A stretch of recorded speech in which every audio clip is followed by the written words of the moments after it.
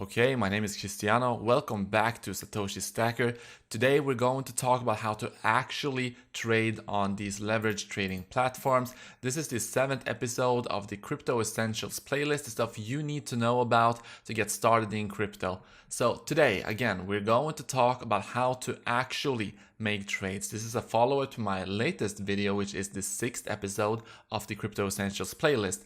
But if you haven't watched that video, it's popping up to the top right now. Watch that video. You need to understand what is good about leverage trading, and definitely also you need to understand the risks involved with trading on leverage. But now let's assume that you have watched it, and let's get around and try to actually make some trades here. So we will kick it off on Bybit, and I'm going to try to keep this very simple for everyone. We are not going to go on conditional orders here. We are not going to do anything fancy. Instead, this is meant for everyone who are just getting started and just want to know exactly how to do it safely. And so this is the video for you. And so there are two ways to really put in an order here on, in this case, Bitcoin. You have a couple of different pairs. If you go up here, you can actually see that they have Bitcoin USD, Ethereum USD, EOS, and XRP, and this is trading using Bitcoin as margin. You can also use USDT as margin, but essentially they work the same. You are betting on the Bitcoin price or whatever asset you're trading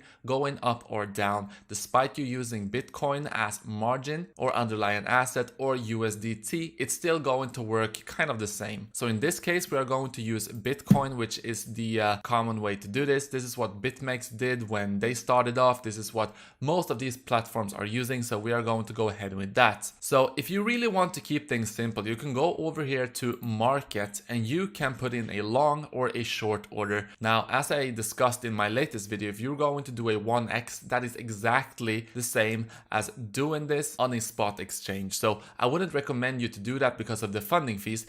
But if you want to do it with leverage, you can do 5x, you get to do 10x, you can even edit exactly how many x's you want to do here. And what that is going to do is going to amplify the gains and losses for whatever factor that you are putting in here. So a 10x is going to multiply your gains by 10, but also incur more losses on a factor of 10. So if you want to keep things simple, you go over here to market, you click isolated margin, and then you just type in exactly how much you want to buy. So let's say you want to buy $5,000 worth of Bitcoin. It's going to tell you here on 10x leverage, this is what you will have to pay. Sorry, it's not. This is the order value. This is what you will have to pay. So this is going to be different depending on your leverage. So let's say we're going to do 100x leverage, then what you will have to pay for this order is going to go down because you can see it right here. But if you do it on 1x, it's going to be the exact same as just buying this on the spot market. So for now, let's do this on a 10x for the purpose of this video. So what we are going to do now is that we are actually going to buy $10 worth of Bitcoin. Not a lot, I know, but it is for the purpose of this video. So $10 worth of Bitcoin on a 10x leverage market order. So it's going to execute immediately. And are we going to bet on the Bitcoin price going up or down? Let's bet on it going up because that is what I like. Okay, so we do that, and now you got the order right here. You can see the amount, $10. We entered at 18,307, and this is the margin that we got currently. That is $1. And it's actually $1 because, 10x, which means that we only have to put up with 10% of whatever position we have. So a position of $10 only need $1 in margin. You got the liquidation price. So if the Bitcoin price were to fall down to this level, then I would get liquidated. So you can also actually adjust the leverage right here. So let's say I am not comfortable with this liquidation price. I want the ability for Bitcoin to go down lower before I get wrecked. So I can actually put in more margin here. So let's put in a bit more margin. You can see that this drops straight away. So in this case, I actually have $10 in margin. So now let's close this position by market. So this is going to close the position, and now it's gone. Now that was very convenient, wasn't it? Now let's do that again, but shorting Bitcoin instead. So we are betting on Bitcoin going down. We take a I don't know, 5x leverage. I want to put up with $50 this time because I am more convinced that Bitcoin is going to go down for some reason. You can actually take a take profit or a stop loss as well. And if you want to do that, just click sell short. And remember, we are betting on the price going down when we are going short. So with the current price of 18,000, well, let's say if Bitcoin goes down to 18,100, I want to take profit then, because that means I am going to be in a profit, because again, we are shorting, we are betting on the Bitcoin price going down, but we also want a stop loss. So the Bitcoin price is at 18,300. If Bitcoin were to reach 18,400, I want this trade to get stopped out. I don't want to lose that much money. I want to get out of this trade immediately. And you can actually use this calculator up here, and you can put in the exact same things that we have put in. We are short, we are using 5x leverage, we are buying $50 worth of short positions on Bitcoin. The current Bitcoin price is 18,300, and let's say it was actually going to go down to my take profit position, which is 18,100. I would make 5%, and you would see exactly how much Bitcoin I would be making here as well. Now, let's say it actually hits my stop loss, which is at, what was it, 18,400. I would lose 2.71%. So you can play around with this. It's pretty neat. But for now, let's execute this. And you can see that we have it right here. Again, if you want to adjust the margin, you can do that as well. But this is going to stay here for as long as you do not hit the liquidation price or the take profit or stop loss. You can actually zoom in here, and you got these lines right here showing you the actual levels as well. Take profit at 18,100, stop loss at 18,400. Okay, so let's close that one, mark it again. Now that was very convenient. We were using a market order. The conveniency comes with a price, okay? It comes with a price. When you're doing a market order, it's going to make you a market buyer, so you're going to pay a little bit more in fees. If you do not want to buy with a market order, you can use a limit order, and then you take post only. The post only selected means that this order can only be executed as a maker order.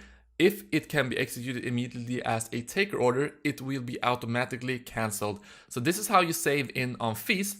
Now, how this works is that you have a order price, and this has to be below, I mean, if you are going to go long, this has to be below the current price right here. So current price 18,288, so 18,200 and I don't know, 60. So you can do the same thing here, take profit, stop loss. You can insert all of this. For this purpose of this video, I'm going to just leave this as it is. You can also hit reduce only. It means that it is only going to reduce your position, but we don't have a position right now. So actually, let's put in this order, and you can see that it is going to show up here. It's only also going to show up under active orders, but this is not executed. What's going to happen now is that we are waiting for 18,275 for it to reach the price of 18,260. If it doesn't reach this price on the way down, this is not going to get executed. So let's try to take a price that is closer to where we are in order to execute a limit order, okay? So we are at 18,275, 18,275. If we try to do this, it's not going to work. So 18,400, this is why, okay, you're going to save some fees doing it this way. But I mean, if you're in a hurry, it's probably going to take a while for you to actually execute this. So 18,275, 8,276 now. Okay, 75. Okay, let's try to see if we can execute this. So 18,275, 79, you see, it's getting away from us right now. It's getting away, and so you have to constantly, oh, I exited that just as we were about to approach this level. So let's do that again, actually. The order is waiting right here. Are we going to hit it? Okay, so it's at almost, oh, there we got it. Okay, so right now you see that we have this order right here, same as with the market orders. It's just sitting here, it's waiting. Unrealized profit and loss, you can see this changing in real time as well. You can adjust the margin if you are not happy with the liquidation price. Now, what were to happen if you were to put in another order? You can only have one position open at once at Bybit, at Phemex, at Binance. You can only have one position open. There are ways to keep multiple positions open, but that is something for an advanced tutorial. I'm not going to show you that, but just know this. If you execute another order right now, let's do a market order, it's going to add it to this position. Okay, so let's execute that. You can see that right now we have $100 instead of 50 because I executed another buy order right here. What you can also do is that you can set a limit order for a sell at, let's say, 18,270. Let's do 90. So this time we are going to do sell, and we're also going to check reduce only. So let's put this in there. What this means is that it is going to reduce this order once we actually reach this level. So instead of actually shorting, if I didn't have this position open, it would just put in a short. But now, since we already have a position open, it is only going to reduce this position. And the same way if you do it the other way around. Let's close this for now. And let's say we want to bet on the Bitcoin price going down. So 18,275, we want to make a short order. Again, let's do it on a limit order. So 18,275. Now, the difference between doing this when you're doing a long or a short is that previously we wanted the price to reach it on the way down. When you're doing a short, you wanted to reach it on the way up. So at this point, I mean, I'm going to take just for this order to execute quickly. Let's try to do, okay, so the price is actually getting away from us right now. It took a small dump to 18,254. So let's do this at 55. Okay, so let's see if this can execute. Oh, so you see I had that reduce only clicked, but now it will not reduce the order because there is no order to reduce. So what will happen right now is if we can actually, it's going to just create a short sell order 42, 43, and this is the problem. Okay, so let's see if we can hit it right now. So 41.5, 41.5, 41.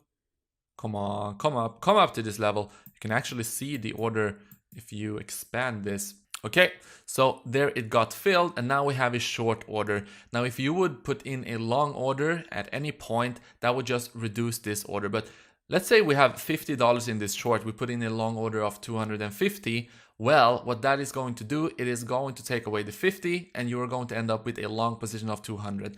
I hope that makes sense. Let me show you. If you put in a market buy order of 250 US dollars on the longs, you can see 200.